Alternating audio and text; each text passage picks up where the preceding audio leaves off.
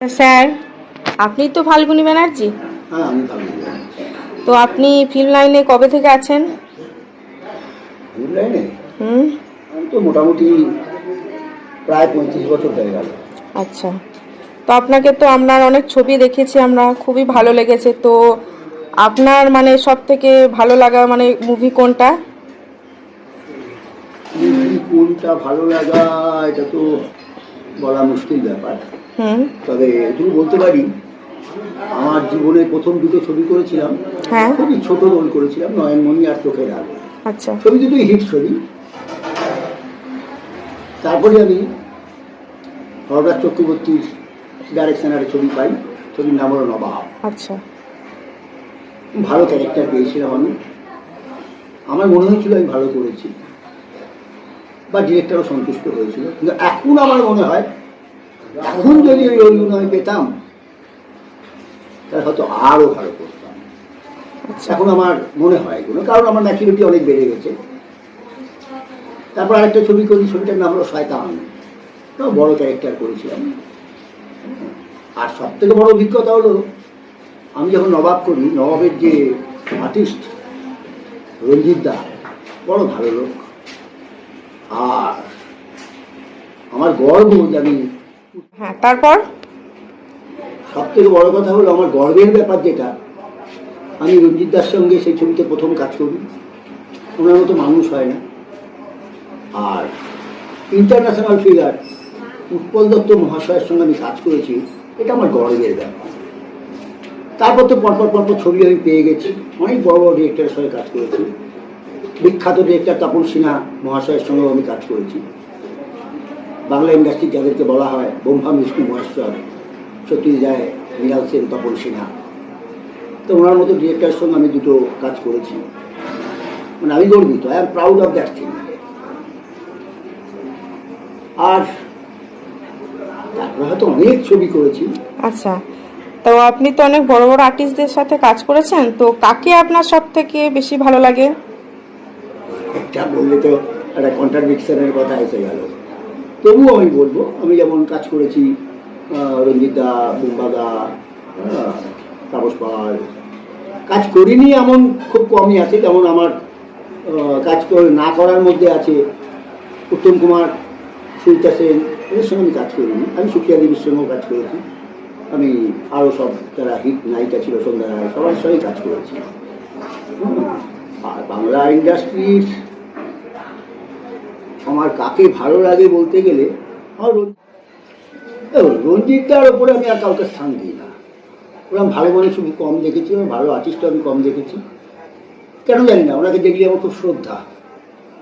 আর তাছাড়া আমি কাউকে খারাপ বলবো না, কারণ আমার সঙ্গে কেউই খারাপ ব্যবহার করে। আর কেউ যদি খারাপ ব্যবহার করেও থাকে আমি সেটা ডিসক্লোজ করতে চাই না, কারণ আমি না, আর ওই তর্ক বিতর্কের মধ্যে আমি যেতে চাই না। তবে আমি মনে করি আরও কিছু ভালো কাজ পাওয়া আমি পাইনি। আইরনি অফ ফেট, ভাগ্যের পরিহাস, বা আমার হয়তো নেগলিজেন্সি কিছু আছে, বা আমি হয়তো ঠিকমতো কাঁদতে পারিনি। কারণ শিশু না কাঁদলে তো মা দুধ দেয় না। হয়তো আমি কাঁদতে পারিনি, এটাই আমার দুর্বলতা ছিল। আচ্ছা, আপনি তো বর্তমানে একটা অ্যাক্টিং স্কুল চালাচ্ছেন, তো আপনার স্কুল কেমন চলছে একটু যদি বলেন। স্কুল, হ্যাঁ, স্কুল একটা চালাচ্ছি। স্কুলে কিছু ছাত্রছাত্রী আছে। প্রবলেমটা কি জানেন তো? প্রবলেমটা হলো আমার ছাত্রছাত্রীদের মধ্যে ট্যালেন্ট আছে, অনেক ট্যালেন্ট আছে। আমার দু একজন ছাত্রছাত্রী, একজন হয়তো তার ছাত্রছাত্রী দু একজন কাজ পেয়েছে, কেউ যেতে পেরেছে, যেতে পারেনি, টুকটাক কাজ করেওছে। আমার মনে হয়েছিল প্রথম যখন শুরু করেছিলাম, আমার স্বপ্ন বলতে পারেন, তারপর? আমার স্বপ্নটা ছিল এরকম যে আমি 100% পৌঁছাতে পারি, যে কোনো কারণেই হোক, কোনো এক্সকিউজ আমি দেখাবো না কাউকে। তা আমি চেয়েছিলাম আমার ছাত্রছাত্রীদেরকে এমন একটা লেভেলে পৌঁছাবো, তারা যেন আমার যেটা অপূর্ণ ব্যাপারটা রয়ে গেছে বা ছিল সেটাকে পূর্ণতা দেয়। এখন বলতে পারেন একটু দুঃখ হয় যে হয় তাদেরকে আমি পুরোপুরি দিতে পারলাম না, আর না হয় তারা আমার কাছে পুরোপুরি নিতে পারলো না। এটা খুব দুঃখের ব্যাপার। আমার একটা পুরনো স্কুল আছে, একটা নতুন স্কুলও করেছি, সেখানেও কয়েকটা ছাত্রছাত্রী আছে। তবে পুরনোদের মধ্যে আমি নাম করছি না, কিন্তু একটা মেয়ে তার মধ্যে অনেক ট্যালেন্ট ছিল বা ট্যালেন্ট আছে, কিন্তু ঠিক ব্যবহার হচ্ছে না। আমি জানি না দুর্বলতাটা কার না আমার, তবে আমি আমার চেষ্টার কোনো ত্রুটি কোনোদিন করিনি। আমি সবাইকে একটাই কথা বলি, তোমরা 100% না দাও, 70% দাও, আমি 100% দেবো তোমাদের জন্য। তোমরা একটু এগিয়ে এসো, কারণ এক হাতে তো তালি বাজে না। যাই হোক, ওসব কথা বলে লাভ নাই। আমি বলবো আমার ছাত্রছাত্রীদের, তোমরা এগো, সামনের দিকে তাকাও, সাকসেস তোমরা হবে। Nobody can check you. I am always with. Sir, আমরা তো শুনেছি আপনি খুব ভালো গান করেন, তো যদি 2 লাইন একটু গান করে শোনাতেন তো খুব ভালো হতো। গান গাইতে পারতাম, একসময় পারতাম। হ্যাঁ, তখন গলা টলা ভালো ছিল। এখন তো বলতে পারেন আমার দোষী, আমি গলা নষ্ট করে ফেলেছি। অতিরিক্ত স্মোক করি। যাই হোক, হ্যাঁ, সে তো আমরা দেখতেই পেলাম। বলেছেন যখন, তখন তো 2 লাইন গাইতেই হবে। গানের প্রতি আমার একটা নেশাও আছে। আমার ফেভারিট গায়ক হলো মান্না দে।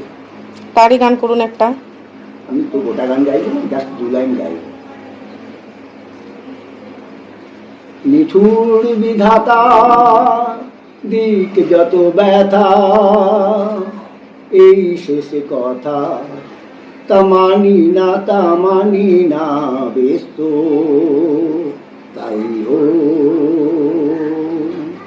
প্রেম চিরদিন কাঁদিয়ে গেছে, কেঁদেছে মানুষ তবু ভালো তো বেসেছে।